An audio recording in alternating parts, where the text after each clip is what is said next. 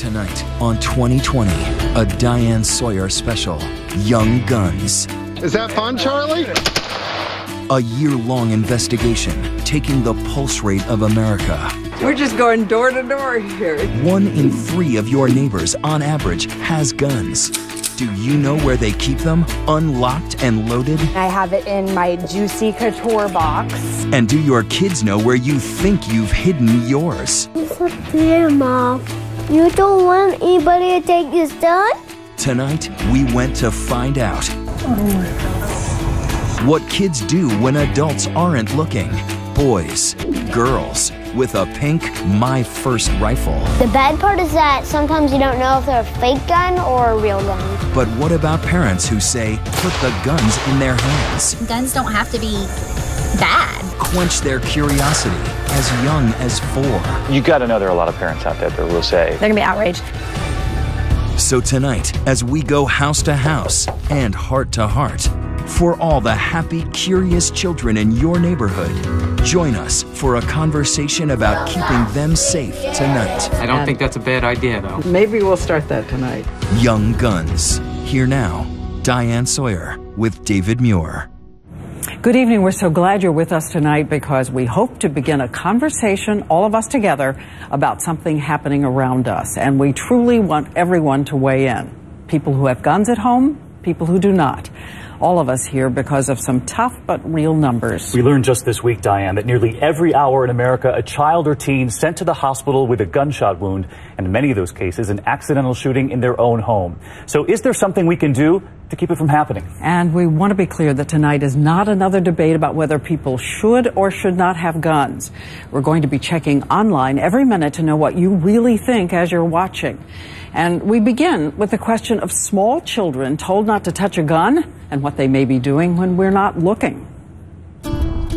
In homes across America tonight, from Highfield Lane to County Road 170, from rural Georgia to Walnut Avenue in New Jersey, every third house in the neighborhood on average has guns inside. Some locked, some hidden, some out and loaded. 1.7 million children live where there are unlocked and loaded guns, and friends come to play. There's one right there. It's pretty hard to find that one. It's up there, Mom.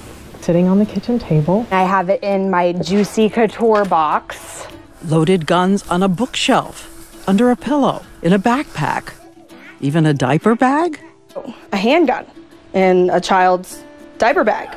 But so many of the moms and dads are certain they have taught their high-energy children do not touch and do not play with guns. They know the consequences of not being safe with it. They're not toys, they're to be respected. They are taught to not touch them at a young age. So we wondered, what are young children doing when parents are not looking? Come with us to McManus School in St. Petersburg, Florida, which helped us find parents and kids, nearly all of whom had been taught don't touch a gun and tell an adult. 44 children, and we took half of them to reinforce that message.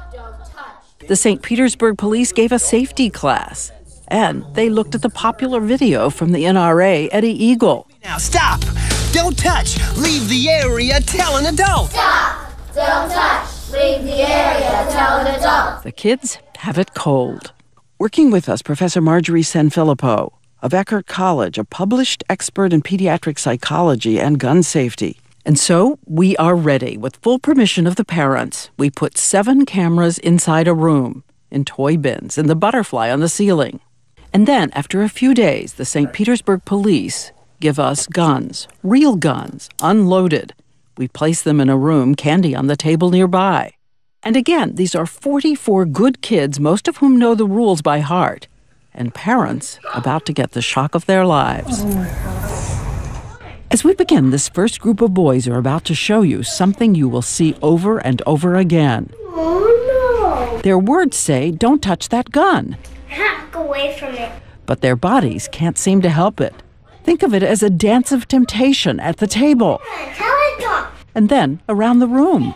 Even as they are chanting the rules a total of 20 times. I know! They know to do it, but they do not. And 6 minutes after finding that gun, Don't touch the gun! they touch and dance again. Our second group of boys is about to do the same. Don't touch. But they take only 2 minutes, not just to touch, but to pound the barrel. And then the third group. Don't mess with it. Within 10 minutes, they take the gun out and do this. Professor Sanfilippo says that is a scene that is too often played out in real life. These 3-year-olds who shoot themselves in the head, for whatever reason, it's a natural thing to look down the barrel. Right afterwards, this young boy narrates what he's doing as he's crossing the line. I'm touching it. I'm pulling it. See how many times I'm just kidding. His friend shows this is how you check to see if a gun is real. I'm just seeing it feel. Finally, after they've had time to play, they get around to those rules. Help! Help! We found a gun! 2 guns! 3. 2 guns. Did you guys touch it when I was gone? No. Yes. Yep. You did touch it when I was gone? We did touch it. You did. Did you touch it? Yeah. No, you didn't? And then what happens with our fourth group of boys? Well, Professor Sanfilippo has barely left the room when one of them sees the gun and in 6 seconds has pointed it at his face. They put it back, pull it out. It's not funny. And then aim at each other. Another child trying to figure out a gun by staring down the barrel. And what kid gets a gun in his hand and doesn't want to pretend he's in the movies? Put the gun down! Dude, that is a real gun. It's not funny. Professor Sanfilippo had seen enough. Hey guys. It's not a real gun. Yes! Right here. Okay, but what are you touching it for? The professor and the police officer ask for clarification. We both knew not to pull it. And the first thing we were going to do when you came back in was going to tell you this. And you did. You told me right away. And then you picked it up and pointed it at me. We weren't going to fire it or anything because we're both smart enough to know not to pull it.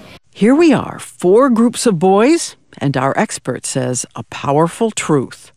They can learn the knowledge. They could sit down, we could ask them to repeat it, but you can't educate curiosity out of a child. So you may be wondering, were there any kids who did follow the rules, and who were they? Oh, I found the gun! Only 1 girl out of 14 even touched a gun, and most of them ran out for help. And there were also older boys who seemed to have more resistance. There, in the red shirt, is 10-year-old Kendrick, who acts like a crossing guard for the younger boys. It's a real gun. He even tries to come up with a diversion. Just take some animal crackers. And in another group, another older boy, 10-year-old Ari. There could be real bullets in there. I don't know. And maybe we'll shoot the window. We are not shooting anything, okay? Or the window? Yes, even the window. Because if we accidentally hit that, it could cost a kiddo's life. So whatever you do not touch the guns. Professor Sanfilippo asks Ari to step out of the room to congratulate him on being careful around guns. You should be really proud of yourself. I am. When I saw the gun, I wanted to spring into action. And I felt really good about that. No! But with Ari now out of the room, the younger boys are all alone. Do 5-year-olds really grasp guns and danger? When one of the boys touches the gun, the other seems afraid and dives for cover. I'm going to stand under the table. Okay? I'm going to stand under the table. Nope. No bullets. No bullets? Nope. The frightened boy comes out and pulls the trigger just to be sure. Yeah, no bullets. No fear left. One child pulls the trigger on his friend and then himself. It didn't shoot. When I pointed it at me, it do like... They know how to play dead, but as we saw over and over, do they really know what death is? We'll die. It's not until much later in childhood and adolescence that children understand that death doesn't mean going to sleep. After our experiment, David Muir sat down with some of the parents to watch the videotapes. A mom who said she'd been sheltering her son even from seeing violent movies or guns on TV. Oh my God. I don't even like them watching like the Spider-Man cartoons because it has violence and stuff in it. Andrea Bevan watching her 6-year-old, and by the way, his dad is in law enforcement. He was drawn to it, picked it up, pointed it at himself, clicked the trigger a few times. Yeah, that's the toughest part. To these guys, guns are about the same seriousness as crickets, frogs and cookies. Another mom who thought her 4-year-old hadn't even seen violent media. That's scary. I have never showed him a gun, and I didn't think he knew what they look like. What were you pulling out? A gun. And what do guns do to you when you pick them up and touch them? It can kill you. It can kill you. We walk away from them, and we don't be around people that have guns, okay? Yes, Mommy. Okay. Yes, Mommy. Adrian, stop! Wow. And this mom who says she not only taught her son Jamie about guns, but told him stories from her job. She works in a hospital operating room where doctors try to save children from death by bullet. He knows what I do, where I work. Jamie doesn't want to face his mom. Oh, God. I'm not looking. I ain't looking. Yeah. Do you remember what your mom had told you about guns before? Sometimes they can be loaded or not, and then you're not supposed to touch them or anything. What do you wish, Jamie? I wish you would just delete that. But what else? I wish I hadn't touched the gun. You wish you hadn't touched the gun. I wish my mom hadn't seen it. Overall, these were the results of our experiment. More than half of the boys touched the guns, even when promising not to. And the kids reinforced by Eddie Eagle and the local police, fewer of them touched, but a lot of them did too. Why was the gun even in here? That's a very good question. Very good question. Okay. You know why the gun was in here? Because we wanted to see what kids would do if they found a gun. Showing us what so many parents say they wish they had seen. It just never would have crossed my mind to ask them if they had guns. Experienced hunters. And you can't go around and say, well, that can never be me. I never thought I'd be that person either. And even the deputy sheriff, policeman of the year, and his wife, who want to help everyone save another child by telling the story of a little boy and a gun way out of reach. Next, is hiding guns the solution? The kids who stun their parents as our cameras roll. It's up there, Mom. It doesn't. And can scale refrigerators to find anything they want.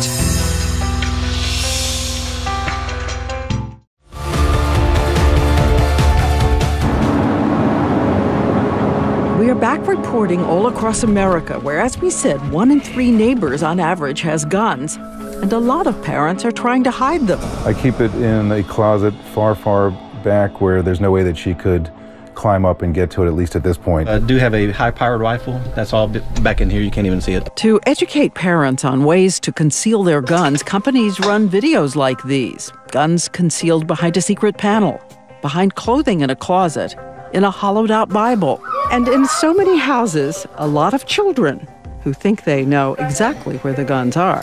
We have a shelf up top, and I think that's where it is. I know where all of them are in the house, I'm pretty sure. I think I probably could find it. The NRA turned down our repeated requests for an interview, but recommends that guns should be stored unloaded until they're ready for use, and making sure that they're not accessible to a child. But the question for individual parents tonight, what is really inaccessible? David Muir was there with Stephanie and her 4-year-old Josh. She gets a surprise twice. She tells us that Josh never pays attention and didn't know she had a gun in the corner of the bedroom. It was on the side. But Josh makes it clear he knew all along. It's here somewhere.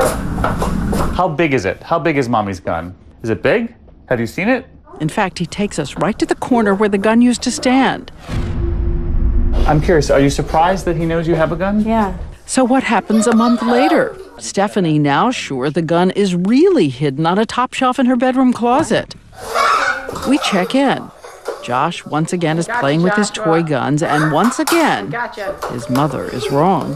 Where are your mom's guns? and toss it. Can you show us where the gun is? Yeah.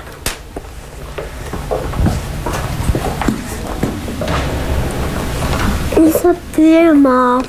Josh asks for a flashlight to point out the huge pump-action shotgun. Thanks. It's up there. I didn't reach it. Up there. Why don't you move it? To keep it safe. You don't want anybody to take this gun? And I don't want anyone to touch it. Stephanie says at least the gun is unloaded. And again, that question, do you really know what your child can do when following their curiosity? We've seen the pictures on YouTube of children climbing refrigerators. Impossible gymnastics to get what they want. You think a lot of people out there are just living in denial? Yes. Because I would have said the same thing. Yes. It would never happen to us. Advice from Deputy Sheriff Mark Easter, 14 years in law enforcement, honored as Officer of the Year. He and his wife, Parents, have an enchanting little boy, a 3-year-old named Michael, called Little Man. Well, it was this cool man walk is what the word started out as, because he'd walk into a room. He did. He had a strut. There's just those certain people that just have that light about them, and he just did. Because policemen really do get threats, Officer Easter decided to store a loaded gun on top of a 5-foot dresser in the parents' bedroom. It was there the whole time his girls were growing up, and little Michael never came in that bedroom to play. It was almost always, I know touch your gun, I know touch your gun. And you thought it was out of reach? Yes, and Absolutely. a 5-foot tall dresser. And I'd always preach to him, you know, we never touch Daddy's gun, do we? No, we never touch Daddy's gun. But last March, Officer Easter was 5 minutes out the door leaving for work when his wife calls. The sheer terror that she was portraying, I knew something horrific had happened. His wife just a few feet away from the room where Michael never went to play. You were right in the other room? Here I am just trying to clean up dinner, doing my check of the house, making sure the front door's locked. And I didn't realize he walked right past me and had gone into our room. I come around and I heard the shot. Do you know how he got up to the top of the dresser? They don't even know. That'll be with me for the rest of my life, what it looked like. And then, I guess I already know is that for the few seconds he was alive afterwards, I got to say goodbye to him and that I loved him. And, you know, I was the first one to hold him and I was the last. Michael was buried in his favorite outfit, a police uniform. He was the only 3-year-old little boy that I knew that would grab you with both hands by your face. Daddy, look at me, and he'd grab my face and say, I love you. This is the first time the Easters have spoken publicly, and they say they can do it for only one reason. And we're trying to do the best that we can to honor his memory. Maybe we can help somebody else to avoid this tragedy so they don't have to go through what we do. What is your dream the day after people see this on TV? I just urge one family to go out and buy a safe. You're basically rolling the dice with your children's life.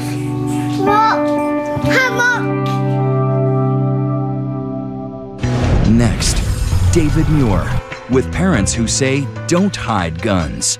Put them in their hands, even 4-year-olds. For nearly a year now, we've traveled this country, and now we hear from parents who say they are responsible gun owners, many of whom have taken another step. They've put their guns into the hands of their children. You ready? There are parents around the country who believe exposing their young children to guns is part of the solution. This is Charlie, taking on a machine gun at age 4. We went to meet Charlie and his family, and we found them at this gun party with other children. We're going to have fun, and we're going to be safe. They've been to these parties before, this one outside Atlanta, where children learn to shoot. Braden Saul's 10 years old, putting in his earplugs, covering his ears. The buckets of ammo, they check his grip. He's ready. The 6-year-old shooting a .22. There are little girls, too. Jordan is 8. The assault rifle comes next. All of the parents right there. Jennifer is Charlie's mom. I knew that he was safe, but it is actually funny because at one part of the video, he looks to the side to look to me to ask for permission. So guns don't have to be bad. I mean, they're good, they're fun. They are among the families in America who believe something else. By putting guns in the hands of young children, it takes away the mystery. It helps to diminish their curiosity. Charlie's dad, Latham, who owns Rusty's Rags, argues demystifying the gun is the answer. There's a lot of accidents that happen because kids aren't properly trained to use guns. So it's either, education or ignorance is the way that we look at it. I'd rather be the one showing our kids, the proper way to use guns. He couldn't provide numbers about whether allowing young children to shoot really removes curiosity later when the parents aren't there. But he was adamant that the children at all of his gun parties have never had an accident at home. And if you're wondering what happens to a child when a gun is put into their hands at such a young age, meet 14-year-old Katie Francis, just one example. She fired her first gun as a kindergartner. I make straight A's. Straight A's? That's a policy at our house. Katie took us out on the family farm in Missouri, where after homework, this is what comes next. What are you shooting with today? My pistol, my shotgun, my rifle. Stocking her ammo on her waist, we were about to see what she can do.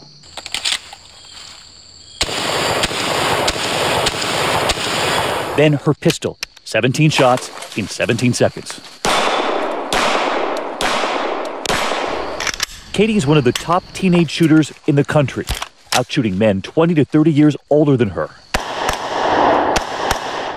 And who's next in her family? Macaroni and cheese. Her 4-year-old sister, Sajal, just recently shooting for the first time. You got to know there are a lot of parents out there that will say, 4 years old. They're going to be outraged. It's kind of like, you can't wrap your kids in bubble wrap. You can make them wear a seatbelt every time they get into a car, and they still may die in a car accident. So you stand behind the decision? Absolutely, and I think that you have to start somewhere. You have to teach them responsibility with the weapon. I got it. If you don't, they're going to be curious, and they're going to go find it, and they watch TV. They know how to put their finger on the trigger and squeeze it. But even for all the families who say they did it right, taught their children the dangers of guns early, we heard about Travis Taylor, who says he did the same thing too. That's cool, His boys on the farm in Ohio all began shooting young. They've been hunting since they've really been able to walk with me. I've taught them all from a young age. You see a gun, you treat it like it was loaded all the time. He was outside working, his 8-year-old, his 10-year-old playing in the garage. He heard a shot. 10-year-old Dalton had been hit. Trying to get him to wake up. He won't wake up. I keep trying to feel for a pulse. No pulse there. His 7 brothers shattered too. I mean, it ain't the same sleeping in your own room without him now. We asked the Francis family, who are now training their 4-year-old, about the parents who say they taught their children about the dangers of guns too. What would you say to the parents who would say that they did exactly what you did? I taught my kids too the danger of these guns, and yet they still found them. That's a very real point. And I think you also have to know your kids. Yeah. They tell us they lock their guns now because even as that 4-year-old Sajal learns how to shoot, they fear she is still too curious. Just listen to him test her. Okay, we never put a finger on the trigger. And if you think it's just dads who bring guns into the home, believing it'll make the family, the children safer, our trip to Oak Forest, a sprawling neighborhood outside Houston, where a dozen cars arrive just as we do. And inside each one of them, mothers, grandmothers, a kindergarten teacher, all there with their guns. You all have these guns to feel safer. Correct. Yes. Maureen is a single mom. So you're not worried at all with the 3-year-old at home? I'm not, no. And you keep it locked up? I don't keep it locked up. I keep it in a closet behind the door. At home, we meet her son Jonathan, showing me his video game, as his mother, then upstairs, shows us her hiding spot. Like so many of the other parents we met earlier, her gun unlocked and in the closet. By the baseball bat. Yep. Her ammo nearby. Nightstand. And so is her son. He sleeps right there in the bedroom with her. And among the women we met along the way, another mom, who's also a kindergarten teacher. And what kind of gun do you have? I have a 20-gauge pump-action shotgun. We have followed many of these families for nearly a year. That kindergarten teacher on a return visit, revealing to us a close call. It happened during the night with her son. I set the alarm, and I forgot to tell him. So when he came in, the alarm system set off. I reached over for the gun. Right away, he's like, Mom, Mom. It made me think a tragedy could have happened. But even with that scare, she believes she and her family are safer with the gun. In fact, accidental shootings of kids in the home are down. Karen Clark, a mother and grandmother. That's where you carry your gun? Mm-hmm. In your makeup bag? Mm-hmm. She practices at the range once a week. We ask her about her 3 grandchildren. Do you ever worry about whether or not they could get their hands on that gun? They all shoot, but they have a healthy respect for it. Her trainer, Kyle Copeland, told us his daughter, almost 3, will also soon shoot. How long before she's got that BB gun in her hand? It depends on how good she is for Christmas. But we wanted to know, even if you expose children to guns early, let them hold them, let them shoot them, can you be sure it will eliminate their curiosity? When you see that video of children, even the children who've been taught by their parents, and they pick it up and they point it at themselves or point it at a friend. The children that have been properly trained and know how serious firearms are not going to be the kids that are going into their parents' room and playing with their firearms. You kill the curiosity before the curiosity kills the kid. But what would you say to parents then who felt like they did exactly that? It's on the parent. It's on the parent, he says. Among them, Maureen, that single mom who showed us her unlocked gun, ready to go. And you're ready? I'm ready. Mm-hmm. Next, are parents ready for this? Our hidden camera experiment. The pink one's girls. It's pink, and it's flying off the shelves. But could you tell if it's real or a toy? And later, what about the people who say their loaded guns save them? Take our 7-second test.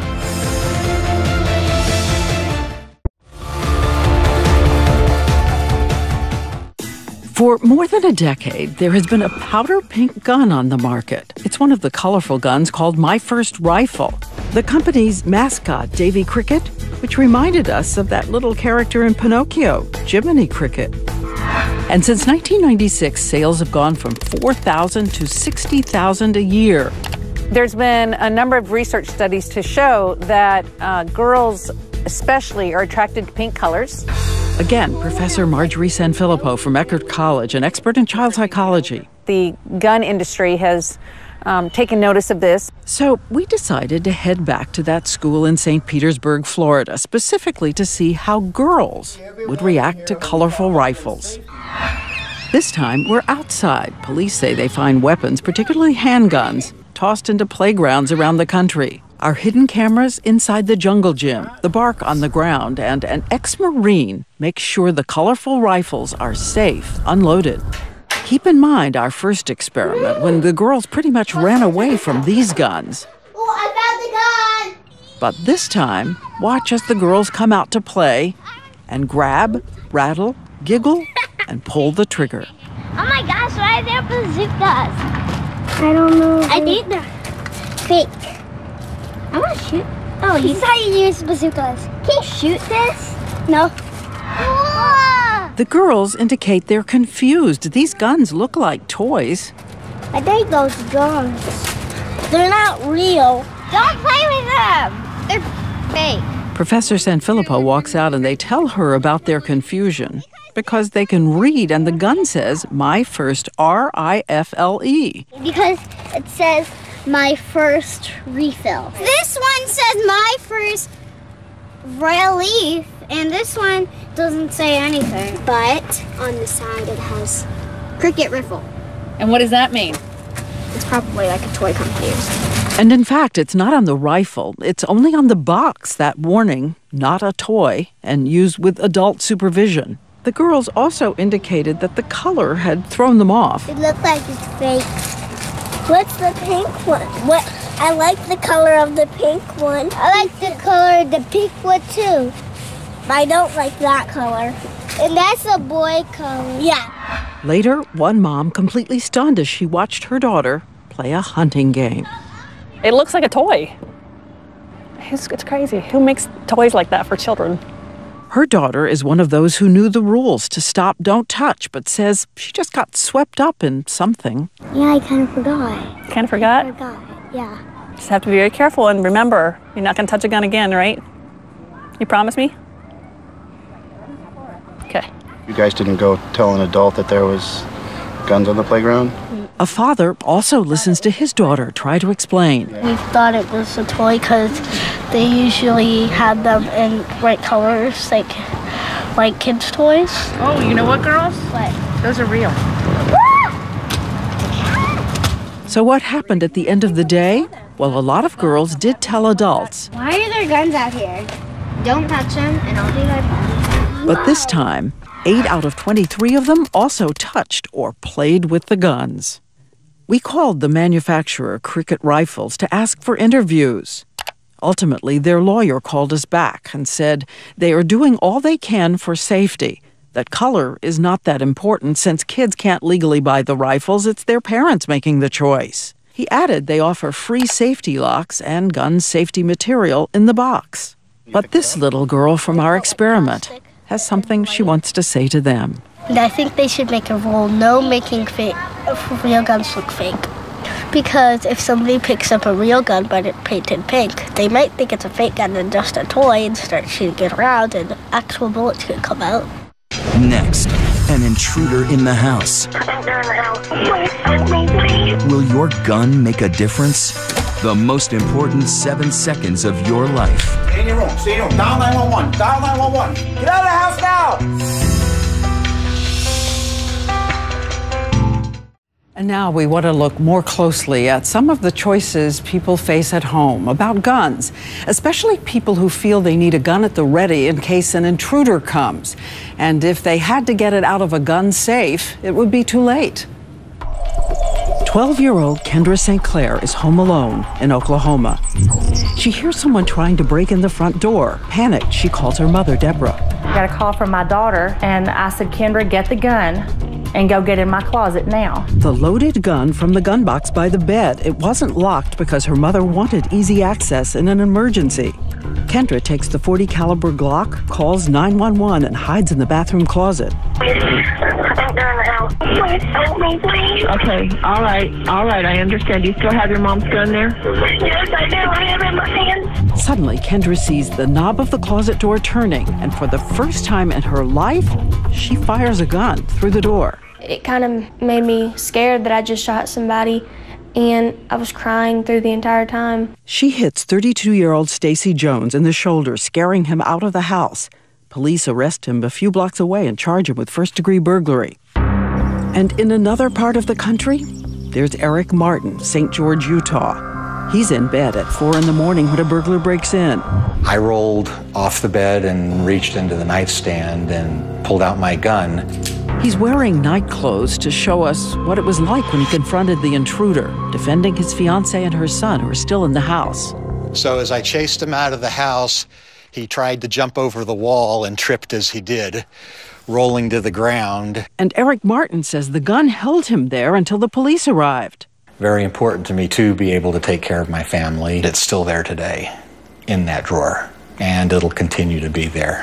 3 people shot during an early morning home invasion. There's a kind of paradox in America tonight. Even as violent crime has dropped dramatically over the last 20 years, people tell us over and over, watching local news, they know they have to have a gun at the ready to protect themselves. What's your name? This is a mother who puts her son through regular training for what to do if an intruder comes. Back up! You don't have to shoot me. You don't have to shoot me. And this mom who says she tries to tell her daughter the world isn't safe, and that's why she has loaded guns on the kitchen table and standing against a wall. All those scary people, those people want to hurt us. Criminology professor Gary Click of Florida State University, widely cited by the NRA. He estimates 1.6 million Americans use a gun for self-protection every year. And he says more than 97% of those who do emerge uninjured. For the average person, for the overwhelming majority of Americans who are not criminals, it makes them safer. But you should know other experts dispute Kleck's numbers about self-defense. So what about his argument that locking up a gun, say in a gun safe, can take too long? You're kind of groggy and your shaking hands have to implement that combination and finally get the gun out. That could be a critical delay. This answer comes from the American Academy of Pediatrics and its 65,000 members. They say while a safe might take longer, weigh that delay against the life of a child. You cannot rely on anything to overcome a child's natural curiosity better than simply physically keeping the child away from a loaded gun. Which takes us back to that mom who leaves her loaded gun on the kitchen table. As the cameras are rolling, her daughter has something to say to her. I want her to keep the guns up so I don't have to see them. So you want me to hide it in the closet? Would that make you feel better? Okay. Why haven't you ever told me that? The daughter has another revelation. When her cousin came over, they touched the gun. He dared you to touch a gun? And who did you tell? I didn't. You didn't tell anybody, because this is the first time I'm hearing this story. You're not in trouble, by the way. He asked me and asked me and asked me not to tell you. Did you touch it? Oh, yes. Did you pick it up? No. And shame on me. I was here, and I let my guard down, and there were other kids here. So now I have to deal with that. So we turn to a professional, State Trooper Bill Farron of New Jersey, who teaches firearm safety and agreed to show us what he does with his guns in his own home. So you have a safe? Right, yes. And Trooper Farron says if you want a gun, anyone can learn to get into a safe quickly. So we put a clock on him. He hears something downstairs. He moves to the safe. 4 seconds later, he's punched in the sequence and has his gun. He loads it in another 3 seconds, which means in 7 seconds, the gun is in his hand, he's armed, ready for any threat. Police are on the way! Get out of the house! I am armed! Do not come up here! He says have your protection, but minimize the risk to the children around you. Bottom line is, if you take the responsibility on to own a weapon, you're responsible for the safety and handling of that weapon. Next, the almost taboo question. Have you ever asked your neighbors if they have guns inside?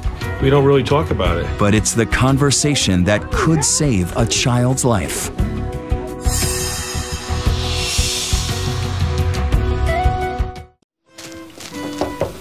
What gorgeous dogs you have. Hi, Madison. So nice to see you. Nice to meet you. Very nice to meet you.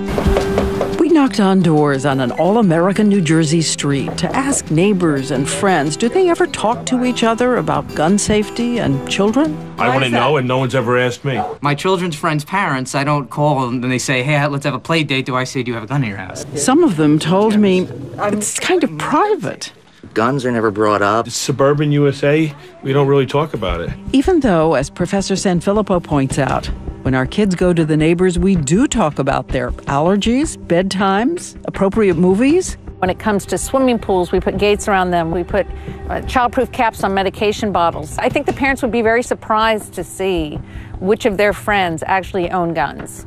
We're asking neighbor by neighbor. One neighbor and parent of 3 older children agrees to come with us right across the street to his friend, who also has 3 children, to talk about something they've never discussed. I don't even know if Rodney has a gun. He's my neighbor. We've never talked about guns with each other. No, I don't have one. No.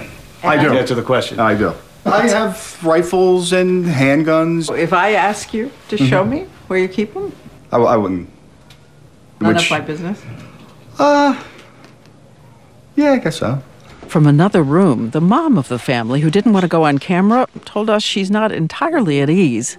I'm not completely comfortable. I would like everything to be secure and away and locked up. Hi. Young boys playing upstairs, the daughter comes down.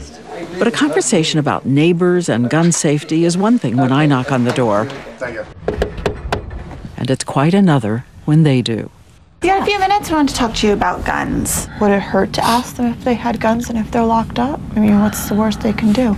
Christine and Ron Holt lived on a quiet cul-de-sac. Their son Brandon loved to play next door, and they knew their neighbors liked to hunt, but never ask about guns. Last April, the neighbor's 4-year-old child got a hold of his father's .22 caliber rifle and accidentally killed their son. The neighbor who owned that gun is now facing a possible trial and 50 years in prison for endangering the welfare of a child. But it doesn't help the Holts, who can only knock on the doors with what they believe is the answer. I think if we could just get one person who doesn't lock their guns up to please lock up your guns. Because you can't teach a 4-year-old not to touch a gun. They're 4. One answer from the Holts, as parents across this country will have other things to say when they get the conversation started. I don't think that's a bad idea, though. Maybe we'll start that tonight. Talking about all of our children playing together. Curious, happy children. Everyone wants to be safe. The parents and neighbors who've already started to talk. Thanks so much for watching tonight. And we really are reading everything you're writing to us, so keep your thoughts coming. I'm Diane Sawyer with David Muir. For all of us at 2020 and ABC News, good night.